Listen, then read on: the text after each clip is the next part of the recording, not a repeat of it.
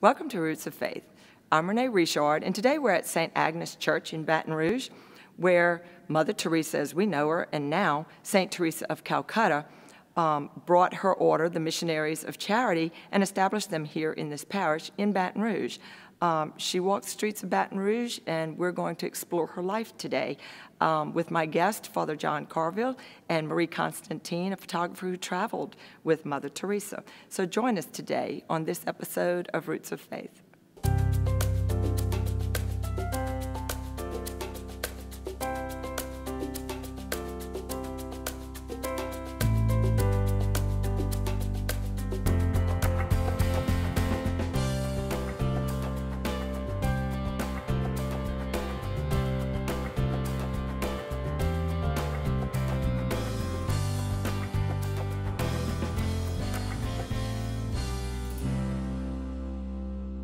Welcome, Father Carville, to the show.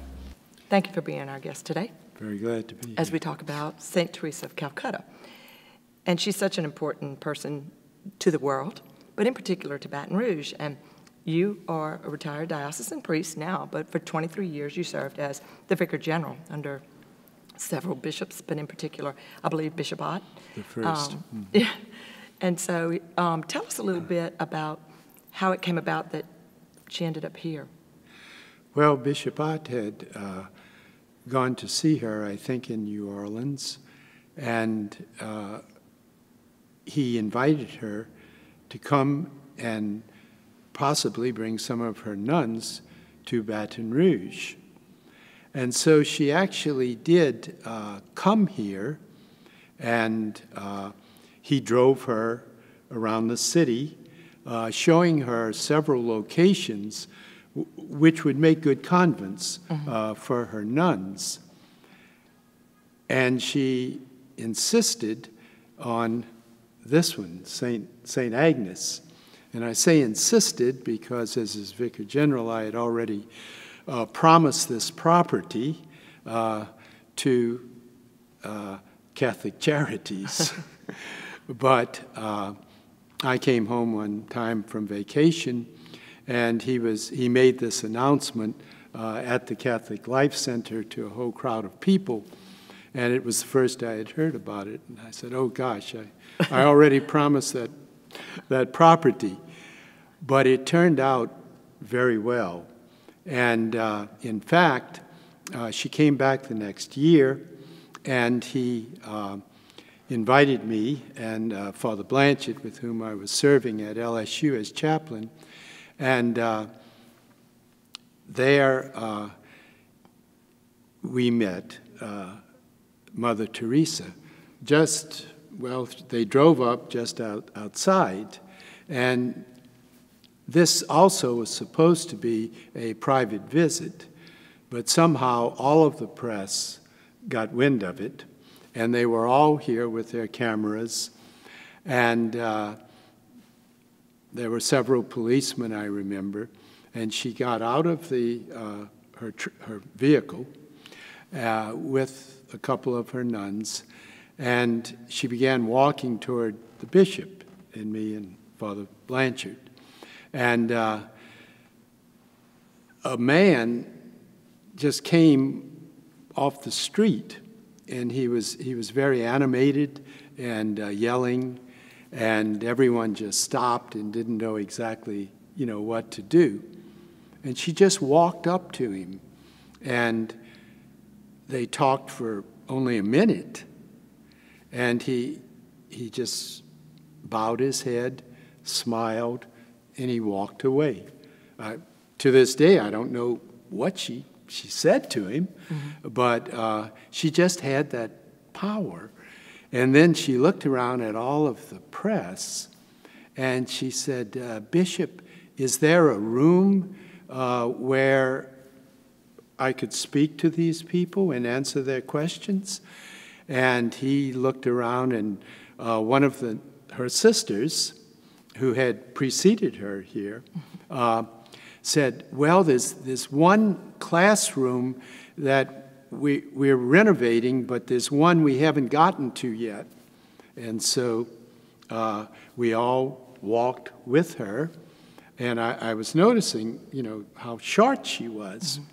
And she had on the regular habit that the sisters still wear.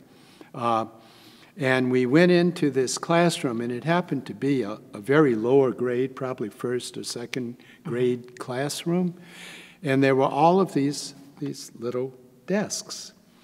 And she looked around, and she saw a child's three-legged stool. And she picked it up, put it in the middle of the room, and sat on it. And all of these news people, adults, tried to squeeze themselves into the little desks. And the amazing thing was they, from, you know, trying to stick microphones at her and yelling out questions outside, it was dead silence. And she said, well, if you have questions, and it was just like they were perfect. One of them raised their hands, and she like called students. on him, and yeah, just like students. And it went very, very well. I couldn't help but notice as she sat down, her skirt picked up a little. She was barefooted. Oh, wow. And okay. She had these very gnarled feet, like she had been barefooted for a long time. And that was my first experience with her. And your impression that holiness, that power that emitted from her? Yeah, just like the man, you know, she met and apparently said something comforting to and satisfied him, and then the press who behaved so well, and you know, and she did answer all of their questions very forthrightly. That's interesting, yeah. And when you said they sat in desk around her, you know, for our viewers, I don't know how much you're familiar with her early life. I did a lot of reading, you know, to prepare for this. So she acted in a way that was very characteristic of her for many years of her life. And we'll come back in just a minute and talk about that.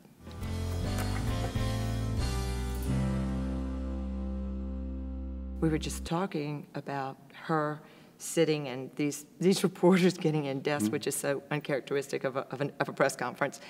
And when I was researching her, I did a lot of research on her early life, what, you know, led her to who she was when I heard of her, you know, as an adult. And she taught school. She was a school teacher in her early years as a nun. Yeah. And she taught geography in India at an all-girl high school for years before she ended up becoming principal of that school, and then eventually leading that order. So you were aware of her teaching background too? Yes, I am. In fact, I read Malcolm Muggeridge's book, Something Beautiful for God, and he describes how when she left her convent to devote her life to the poor, she went into the slums, and she found a little abandoned building, and she began bringing children in and teaching them, and there wasn't a blackboard or anything, and so she actually was teaching them their numbers by drawing with a stick on the dirt floor of the building. So yeah, she began her career with the poor, again, teaching. Yeah. And it's interesting, I'm not sure if you're aware, but in our archives we have documentation. When I was reading on her, she joined the Sisters of Loretta, which is based, I think, the mother house is in Ireland. It's an English-speaking order of nuns that have been over 300 years now. But that was one of the first groups of nuns to come to our diocese. Matter of fact, it was the first group to come. In the early 1800s, their mother house was in Kentucky, and the Sisters of Loretta actually came to Platonville, and they didn't last long because they never could adapt to the French. So when I was reading about Mother Teresa being a sister of Loretta, it was like, oh, wow. You know, I don't even know if she knew that, but there's another connection to Baton Rouge through her, because she was a sister of Loretta for let's say she joined, I think, when she was about 18 or 19, and she stayed with them. I know she founded her order in 1950, so she was born in 1910, so when she was 40 years old. So she stayed a good many years as a sister of Loretta. And of course, as a sister of Loretta, she was sent to India, and so English the British had a colony there at the time, and she learned English. It. Yeah. And I think that was her goal as a child. She had heard missionaries speak when she was about 12 years old and had made her mind up that she wanted to be a nun at that point. And they were the missionaries were talking about their work in India. So her goal, I think, from the get-go was to get to India somehow. And that was the order that did have their work being done in India. So, but she didn't work fast back then, because I think her first impression of wanting to be a nun was when she was 12, and then it wasn't until she was 18. She traveled to Ireland, supposedly to learn English, but she only stayed 2 months before they let her go to India. And then I think 17 years later, or 17 years after she became a nun there, she took her final vows in India with the Sisters Loretta, she became an Indian citizen, because all her life she dreamed of being in India and serving in India. And it's interesting, she's traveled the world once she found her order, but did so much good for the poorest of the poor is her motto. So any other interactions you want to tell us about with her and your impressions of her as a person? Obviously a great leader, a great speaker, that teaching background. She was a very charismatic person. She could meet people, and immediately they just felt that this was a person with a very special message of holiness. And speaking of that, not to change the subject, but while I've got you, we're going to tap into some of your knowledge there on from Rome, becoming a saint, because she didn't follow the usual path to sainthood in terms of, usually it's years and years, but part of that is because of her holiness, perhaps, that some changes were made? I think tell us so. Just a little bit about that? Well, the process usually is begun rather slowly, and particularly if it's a person from a religious order like that, the order will assign a few people to write a biography of her, and to gather witnesses of her holiness and her works. But Mother Teresa was known, people worldwide. BBC had, followed her all over Calcutta in an old ambulance, which was given to her. So she was well known. And just yesterday, I was on Crooks, which is a sort of newsletter done by a very famous American reporter in Rome, John Allen, and it comes out every day. And there was an article in it about the many miracles of Mother Teresa. They didn't. Usually 2 miracles are required. Sometimes after just one, the Pope will say, we don't have to wait for another one. This person's holiness was very well known and evident. Whether there were 2 or just one for her, I don't know. But I think that was the case. In the early church, people were proclaimed saints by, persons were proclaimed saints by the people of the area, in which they worked and died. But now there's a very set process, yes. Yes. Well, Father, thank you for being on the show. It's been enlightening to have your perspective on St. Teresa of Calcutta, who is dear to the world, but in particular to Baton Rouge. So thank you very much.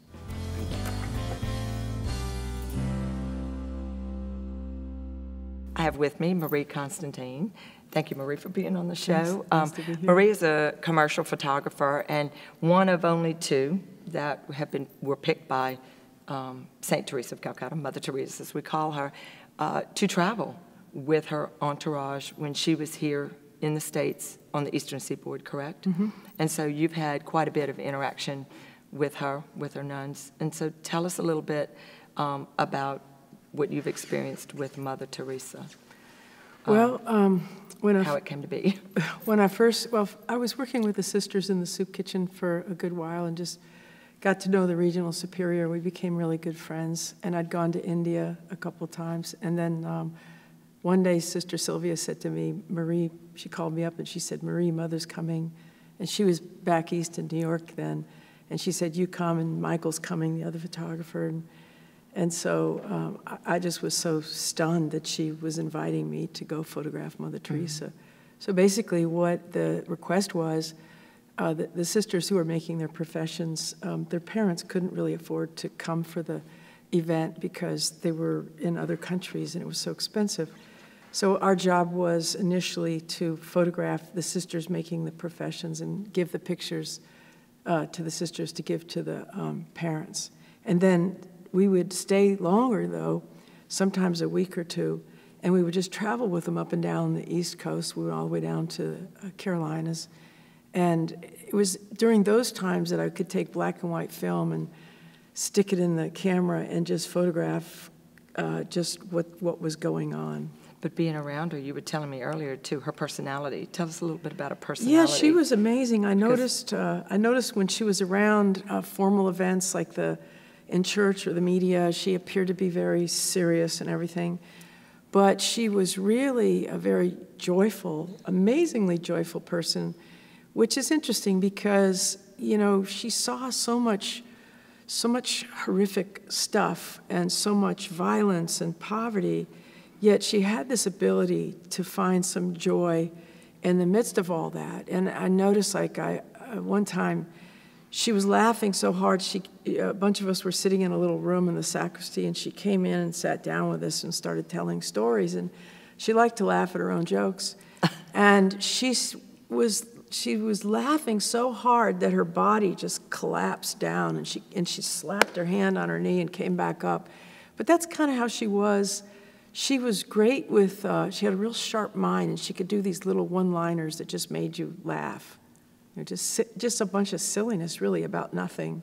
So, but we don't see that aspect. So you see that personal side yeah, of her I noticed and her personality. that came out behind the scenes. Behind the scenes, yeah, exactly. there was none of that slapping and laughing, you know. But you met her, I was under the impression that's how you started, how you got to know her was when they chose you as one of the photographers. But you had actually met her when she first came, correct? You were here when for she one first of the first times she came. Yeah, when she came to New Orleans in '84, I went down and photographed her, and that was really nothing special because there was 1 million people there. Mm-hmm. And then she came back here, and she was, it was at a press conference at the Hosanna House. And that was actually where the beatification photo was created, unbeknownst to me at the time. And so that's where I first met her. Stop right there. Real quick, folks, because not everyone might know this, your picture was the picture chosen in Rome when she was beatified, and that's when she said her beatification picture. That was the picture that was chosen to be representative of her, correct? Well, and I didn't know, I did not know I had taken the beatification photo, and actually it sat in a shoebox in the closet for years. Goodness. And, you know, the sisters would ask me to print photos for the professions that I was constantly flying back to. And so I got this collection of photos, you know, that I was printing, or otherwise I wouldn't have had a reason to print them. And so one day I got a call from this priest, and he wanted a picture of her, and, you know, and I sent it off to him. And then apparently he was in Rome, and they were looking for a photo, and they didn't have a photo that they thought would work. And so this picture he wanted for his prayer book. And so he goes, well, I have a picture, and he pulls this picture out of his prayer book. And that's how that happened. Oh, goodness. And you were also telling me that you've traveled to India. You were with her in the heart of her work. I mean, her heart and soul was for the poorest of the poor all over the world. But, I mean, she started out in India, and you were actually physically with her doing her work there. Yeah, I was what did you see there? How was she, like Father was describing her with the children? Tell us a little bit about her in another area, as opposed to what we know here. When I was there in India for the 3 times, and I would run into her, it was interesting because there was so much suffering and stuff going on there. And what I saw was this person that just gave every second of her being, and that looked often exhausted. And, you know, for example, if you wanted to go see her or talk to her, there was always a long line, and she would never deny you.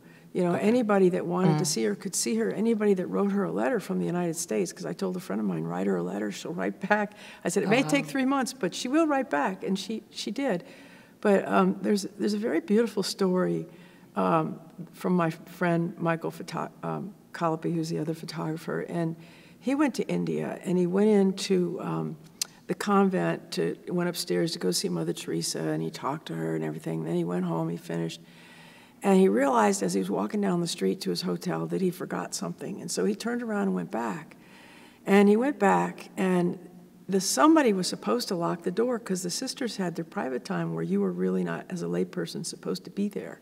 So Michael walks in because they didn't lock the door. He goes up the steps, and he peeks in the window of her office, which is a windowless office.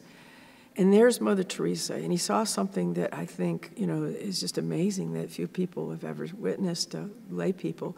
She was on her hands and knees in her office, and there was a bucket of water and a rag, and she was in her 80s. And it was time to do the chores. So Mother Teresa was mopping the floor with her hand because all the other sisters were doing chores, and she was doing them too. And that's what was so astounding about her, is that in her mind, I think all of life was holy. And we could say, well, you could have been speaking to 20,000 people or the Queen. Well, why were you mopping the floor on your hands and knees? But in her mind, all of life was holy. And she viewed that act as important as other acts. And it seemed to me that she didn't have the stress that we sometimes get, because we're like, well, I've got to be over here doing this, or I need to be doing this. And she was more like, oh, looking right into your soul, you're here with me. I wonder why you're here with me. Do I have something for you, or maybe you have something for me? So she was able to be present to that moment because of these thoughts. And also she was able to not be guilted about, and maybe that's why she had joy. She didn't have to worry, well, I can pick up one, but I can't. But on the way to over here, there's 30 that I can't pick up. So I'll pick up the one. And that went along with that sort of thinking of doing what is in front of you, and that's what you do. You don't go looking for something else because that's not in front of you. And I think that gave her a lot of peace and quiet and made her, I think that's why she used to say, do little things with great love. She could settle down and be content that, oh, I'm supposed to talk to you today, so that's okay. You know, that's good, I'll take that.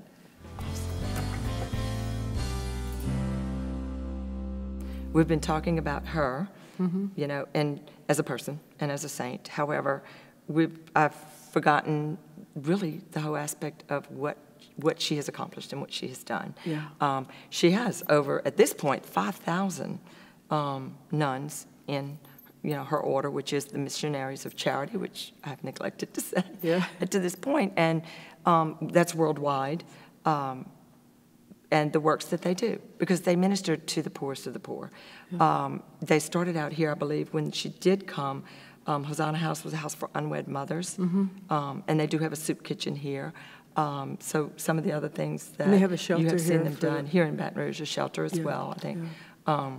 So in your following in the state, because you've traveled here too, tell us some of the other ministries in our specific area that you are aware of, that you've seen with our nuns. In the United States? Well, in Louisiana or in the United States, yeah, just so the I'll type tell you, of work. One of the most beautiful things I ever witnessed or heard, actually, and you hear a lot of stories, was this Sister Sylvia, the regional. In San Francisco, they have a ministry to the homeless, and there it's pretty brutal. The homeless, it's just so many of them. And so Sister Sylvia had this tradition where around Christmas time in the evening, when it was dark, the sisters would go and bring some blankets, and they would go to the freeway underpasses, and there was just drunks everywhere, just asleep. It was very dangerous, too. And they would go and lay a blanket on the drunk because, and it was, the beautiful part to me was they did it because they didn't do it necessarily because they were cold.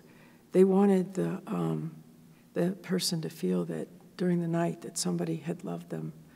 And so that is their ministry, is a ministry of love to just poverty that is just beyond what any of us could ever conceive or imagine. Just usually a lot of mental illness, which is just horrific.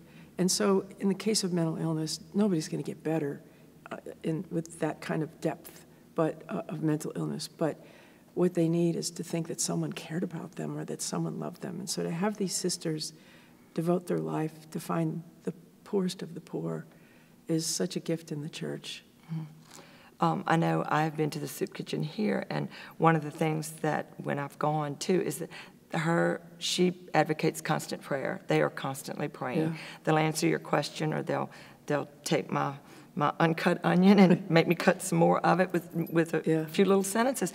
But it's constant prayer. You're praying the rosary the entire time you're with them.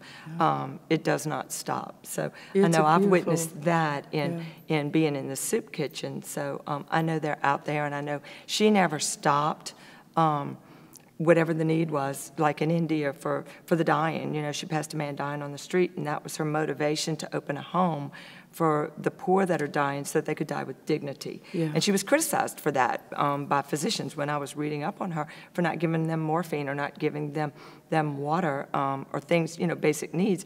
And hers was that somebody loved them at their dying moment, you know, someone on this earth, because they didn't have that. And, you know, that's a whole different aspect from what society sees, and I'm hearing that from you in the work that she's done. I know she founded an AIDS center, I believe, in New York.